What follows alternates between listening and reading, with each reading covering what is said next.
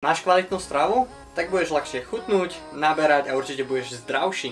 Avšak čo je to tá kvalitná strava? Určite musí obsahovať kvalitné zdroje bielkovín, sacharidov a zdravých tukov. Samozrejme nezabúdame aj na mikroživiny, čo sú vitamíny a minerály. Strava by mala byť rozmanitá v jednotlivé dni, to znamená, že ryža a kura od rána do večera po celý týždeň nie je cesta. Takáto strava by určite nemala obsahovať transmastné tuky alebo rafinovaný cukor, ktorý sa môže nachádzať v rôznych potravinách, ako napríklad sladené nápoje, rôzne spracované potraviny, ktoré obsahujú ako cukor, tak aj nezdravý tuk, to je úplne to najhoršie. Naopak, kvalitná strava je za mňa rôzne hydinové druhy mäsa, ryby, rôzne semiačka, orechy, avokádo, rôzne druhy olejov, ktoré sú hlavne ako keby kvapalné pri izbovej teplote, kakaové bôby, strukoviny a podobne.